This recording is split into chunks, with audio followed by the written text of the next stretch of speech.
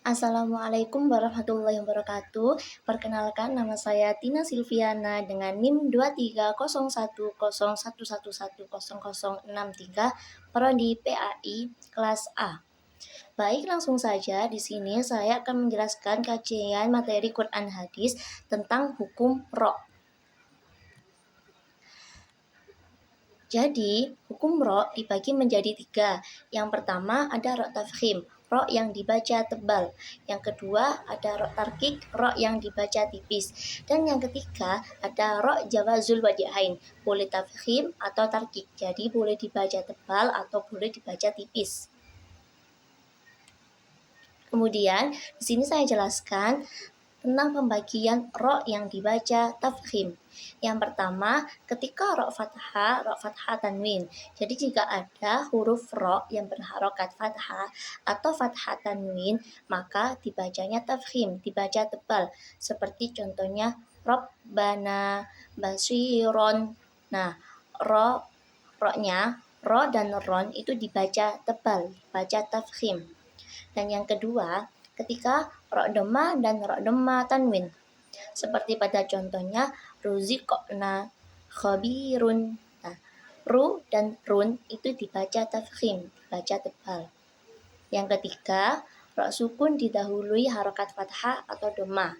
Jadi semisal ada huruf, kemudian ro itu berharokat sukun dan didahului huruf yang berharokat sebelumnya fathah atau doma, maka juga dibaca tafkhim, tebal. Seperti pada contoh marhaban, yursilu.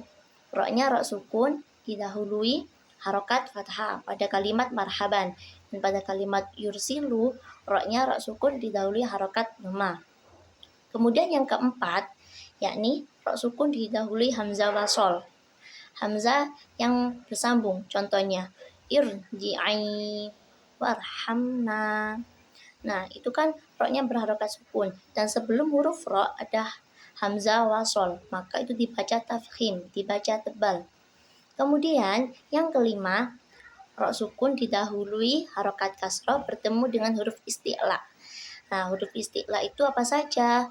Kha, sod, dod, to, do, ghain, qaf. Nah, itu huruf isti'la. Nah, ketika ada ro sukun didahului harokat kasroh, kemudian setelah ro sukun ini bertemu dengan huruf isti'la, maka bacanya tafkhim, dibaca tebal.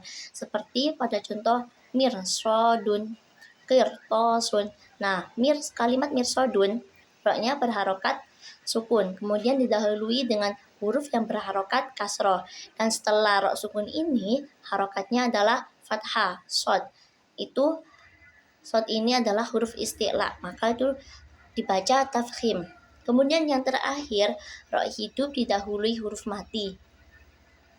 Jadi ro-nya ini berharokat dan sebelumnya ini adalah huruf yang berharokat sukun, kemudian dibaca wakof, maka itu dibaca tafkhim. Contohnya syahrin atau khusrin, nah itu dibacanya syahr, khusr. Nah, itu dibaca tafkhim atau tebal. Kemudian pembagian ro tarkik.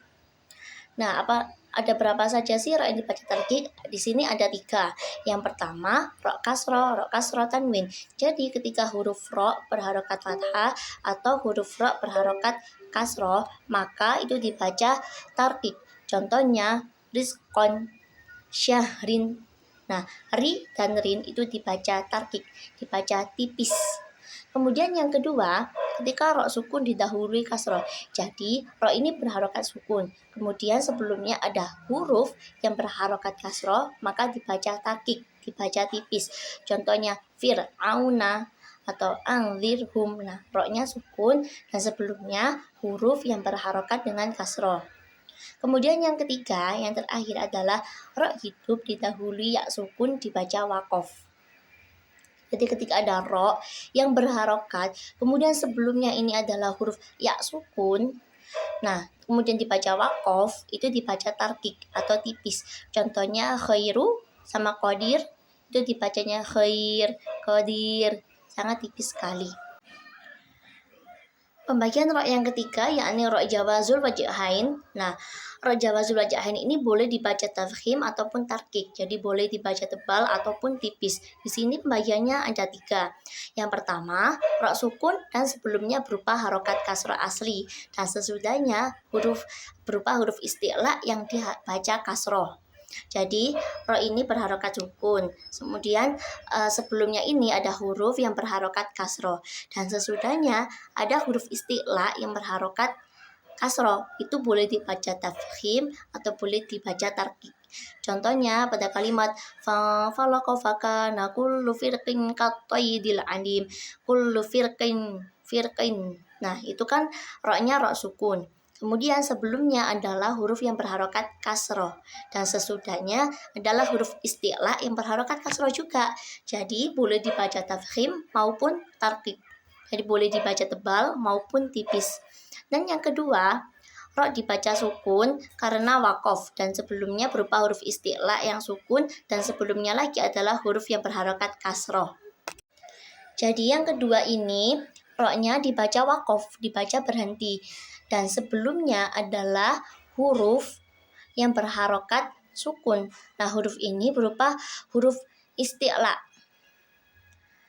Dan sebelumnya huruf isti'la ini ada huruf yang berharokat kasroh. Jadi urutannya huruf yang berharokat kasroh, kemudian huruf isti'la yang dibaca yang berharokat sukun, kemudian ada ro yang dibaca wakof. Contohnya pada kalimat waqala dakhul Misr. Kan bacanya kan tulisannya kan misro, berhubung dibaca wakof jadinya misr. Nah, itu boleh dibaca tafkhim ataupun tarkik, boleh dibaca tebal maupun tipis. Dan yang terakhir yakni ro berharokat kasroh yang sesudahnya adalah ada ya yang dibuang dan dibaca wakof. Contohnya pada kalimat wasyaf iwal water.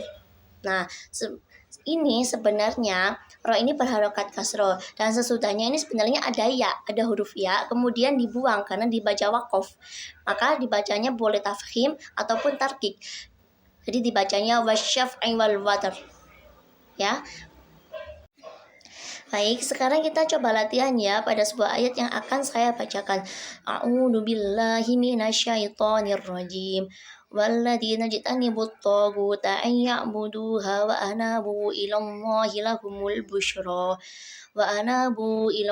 لَهُمُ الْبُشْرَى فَبَشِّرْ عِبَادِي الَّذِينَ يَسْتَمِعُونَ الْقَوْلَ فَيَتَّبِعُونَ أَحْسَنَهُ أُولَئِكَ الَّذِينَ هَدَاهُمُ اللَّهُ وَأُولَئِكَ هُمْ أُولُو الْأَلْبَابِ. Nah, pada ayat tersebut kita temukan huruf ro-nya. Yang pertama ada pada lahumul busyro. Nah, ini ro-nya termasuk ro tafkhim atau ro tarkik. Nah, ini adalah bacaan ro tafkhim karena ro berharokat fathah seperti yang tadi sudah dijelaskan. Kemudian ada lagi fabashir, basyir. Nah, itu termasuk ro tafkhim atau ro tarkik. Ini adalah ro tarkik karena ro berharokat sukun yang kemudian didahului oleh huruf hidup yang berharokat kasroh.